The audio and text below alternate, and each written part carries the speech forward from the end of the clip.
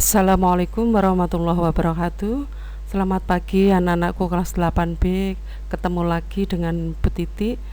Insya Allah Bu Titi berusaha untuk selalu menyapa kalian. Anak-anakku semua, kali ini kita masih membicarakan materi lanjutan dari minggu kemarin, yaitu tentang struktur dan fungsi alat pada tumbuhan. Kali ini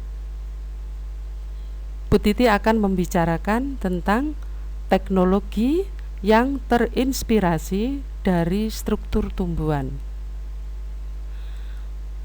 Kalau kalian perhatikan, tumbuhan memiliki organ-organ mulai dari bawah, yaitu akar, batang, daun, bunga, buah, serta biji, di mana masing-masing organ mempunyai struktur sendiri-sendiri dan mempunyai fungsi sendiri-sendiri. Nah, pada kali ini kita akan membicarakan teknologi yang terinspirasi dari struktur pada tumbuhan.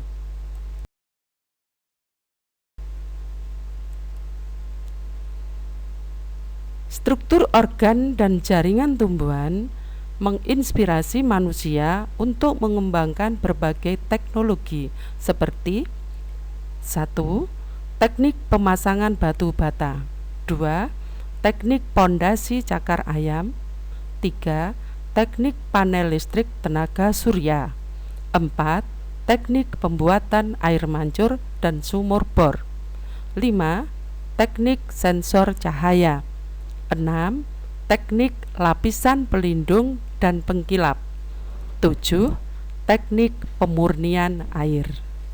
Nah, marilah kita bahas satu persatu di mana letak inspirasi dari bagian-bagian tumbuhan yang mampu menciptakan teknologi-teknologi tepat guna yang dikenal teknologi yang sangat dibutuhkan oleh manusia.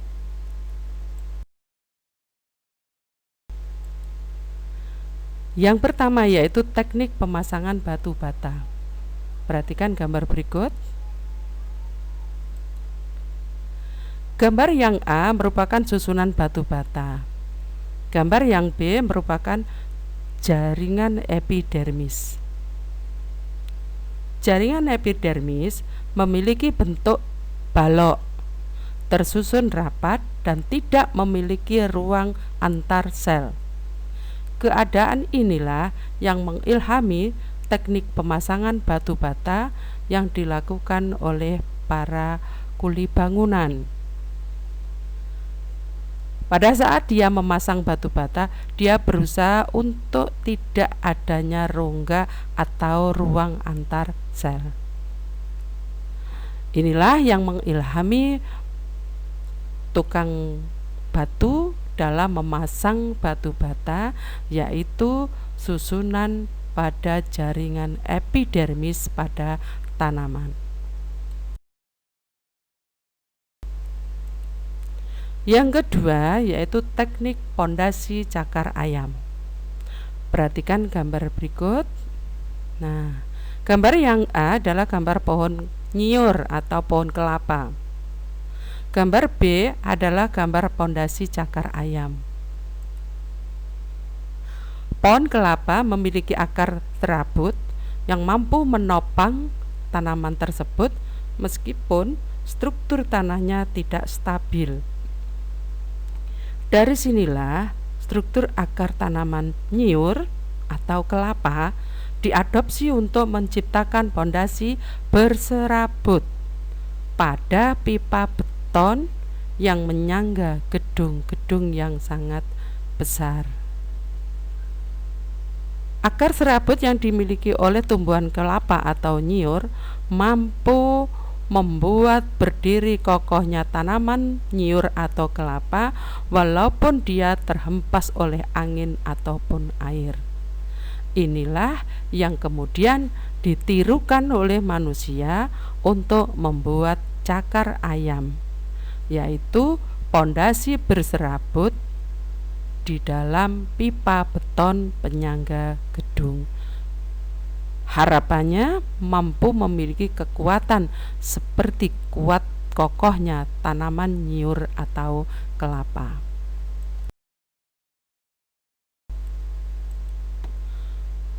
Teknik panel listrik tenaga surya. Perhatikan gambar berikut. Nah, inilah alat yang merupakan alat yang mampu menangkap tenaga sinar matahari atau tenaga surya. Alat-alat ini struktur pembuatannya menyerupai struktur yang dimiliki oleh daun. Bagian daun yang mampu menangkap atau mengikat cahaya matahari adalah bagian klorofil. Dari klorofil inilah sinar matahari mampu diikat dan digunakan untuk melakukan pemecahan molekul-molekul air menjadi molekul-molekul hidrogen dan oksigen. Demikian juga yang dilakukan oleh panel listrik tenaga surya. Panel listrik tenaga surya ini mampu menangkap sinar matahari atau surya, sehingga panel listrik ini mampu menyediakan energi yang diubah menjadi energi listrik. Teknologi ini dibuat dengan meniru prinsip daun yang memanfaatkan energi matahari untuk menghasilkan energi kimia. Berikutnya adalah teknik pembuatan air mancur atau sumur bor. Pembuatan air mancur dan sumur bor terinspirasi dari konsep kapilaritas pada jaringan silim.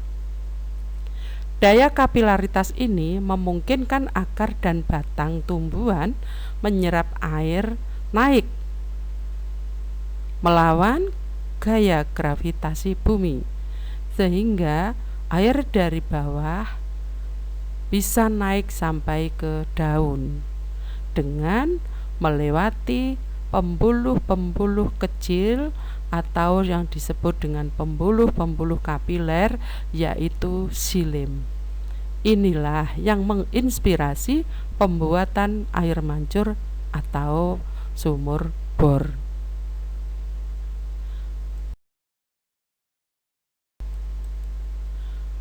Teknik sensor cahaya. Kalau kita perhatikan ada gambar dua, ini adalah yang satu adalah gambar alat di mana ada lampu dan satunya adalah tumbuhan kaktus, di mana sebelah kanannya itu adalah gambar stomata, di mana yang atas itu adalah stomata yang sedang terbuka, sedangkan yang bawah adalah stomata yang tertutup. Teknik sensor cahaya merupakan teknik yang digunakan pada lampu penerang jalan yang dilengkapi dengan fotoresistor atau LDR, Light Dependent Resistor, dan saklar pengatur on-off secara otomatis. Teknik ini terinspirasi dari tumbuhan kaktus, di mana tumbuhan kaktus itu memiliki stomata atau mulut daun, di mana mulut daun itu dapat membuka pada malam hari dan menutup pada siang hari. Kenapa siang hari menutup? Supaya penguapan tidak terjadi secara besar-besaran yang bisa menyebabkan tumbuhan kaktus dehidrasi atau kekurangan air. Proses membuka dan menutupnya stomata ini dipengaruhi oleh aktivitas sel penjaga stomata. Di dalam sel penjaga tersebut terdapat reseptor cahaya yang disebut dengan fotoreseptor yang menginspirasi pembuatan fotoresistor pada lampu penerang jalan. sehingga lampu itu akan mati sendiri kalau siang hari ada cahaya matahari. Dia akan nyala sendiri jika gelap sudah datang atau tidak ada sinar. Inilah yang mengilhami teknik sensor cahaya pada lampu penerang jalan.